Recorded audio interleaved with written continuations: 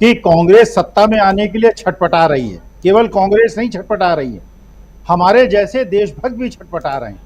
हमारे जैसे देश को प्यार करने वाले, आपसी भाईचारे को बनाने वाले, 142 करोड़ को अपना परिवार मानने वाले हम भी छटपटा रहे हैं। क्योंकि 9.5 साल के अंदर देश की अवनति जो हमने देखी है, देश के अंदर जो हमने बंटवारा देखा है, देश के अंदर जिस प्रकार का उत्पात देखा है, जिस प्रकार अपने देश की बेटियों को अपमानित होते हुए देखा है, हम भी छटपटा रहे हैं। दूसरी बात, एक जरा सैद्धांतिक प्रश्न पे विचार कीजिए। अगर बीजेपी छत्तीसगढ़ में 3100 रुपए पे धान खरीदेगी, इसका मतलब हिंदुस्तान के अंदर धान की खरीद का एमएसपी 3100 रुपए होना चाहिए। क्या इससे देश की जनता सहमत नहीं है? केंद्र सरकार आपकी है, एमएसपी आप डिसाइड करते हो। आप छत्तीसगढ़ में 3100 रुपए की खरीदोगे तो बाकी देश में क्यों नहीं खरीदोगे? इसका मतलब यह है कि आज देश के अन्नदाता किसानों को समझ लेना चाहिए कि एमएसपी धान का, पैडी का अब 3100 रुपए बीजेपी ने डिसाइड कर लिया। हां, अगर कांग्रेस की, अगर वर्ड विड्रॉ करता हूं, जब कांग्रेस की सत्ता छत्तीसगढ़ में आएगी तो वो 3200 रुपए खरीदेगी, 100 रुपए एक्स्ट्रा देगी। लेकिन अगर बीजेपी सत्ता में जब तक केंद्र सरकार में है, तो आज अन्नदाता को ये मान लेना चाहिए कि देश के अंदर धान की जो एमएसपी है वो 3100 रुपए हो गई।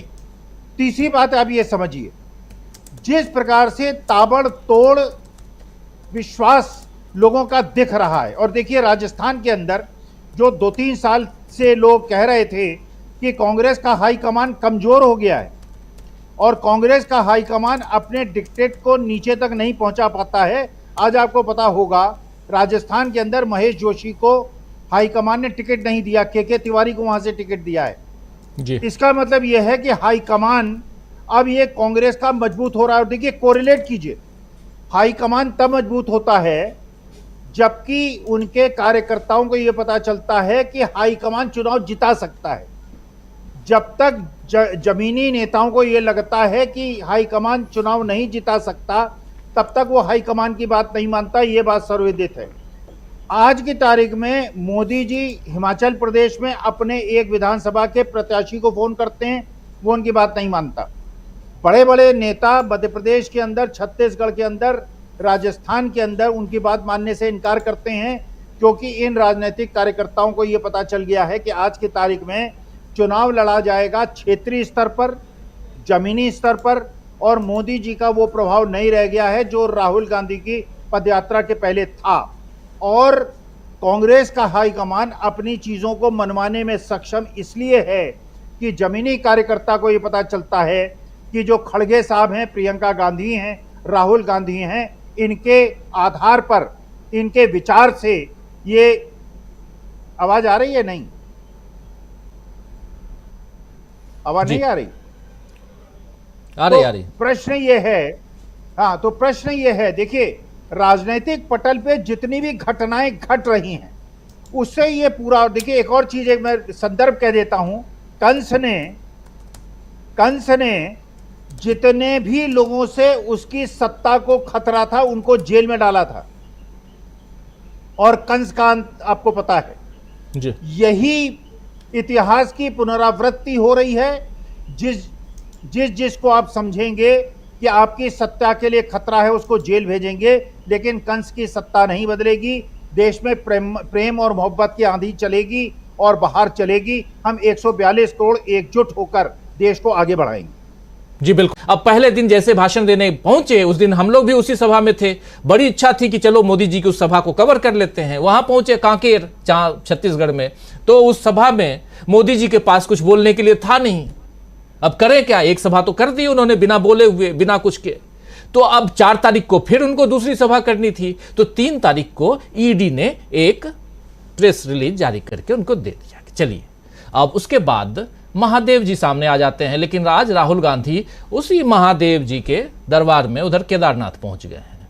राहुल गांधी केदारनाथ 3 दिनों की यात्रा पे हैं। ये राजनीतिक नहीं है, ये यात्रा बिल्कुल निजी यात्रा है। कोई पॉलिटिक्स वहां नहीं करेंगे, वो ये कह के गए हैं। तो ये सब देखिए कैसे चीजें जुड़ती हैं। थोड़ा जोड़ रहा था अपने अंदाज में, आप भी अपने अपने अंदाज से जोड़ते रहिए। आना चाहता हूं प्रोफेसर अखिल स्वामी जी आपके पास। राहुल गांधी केदारनाथ, महादेव ऐप की बात और चुनाव सामने, 3 दिनों तक गहमा गहमी का आलम है, क्योंकि आज, कल और परसों, आज 5 तारीख, 6 तारीख, 7 तारीख, 7 को है। कैसे देखा जाए यहां से? क्या सचमुच आपको लगता है कि कांग्रेस ने इन 5 राज्यों के चुनावों को अपने अंदाज से, अपने हिसाब से कैप्चर कर लिया है?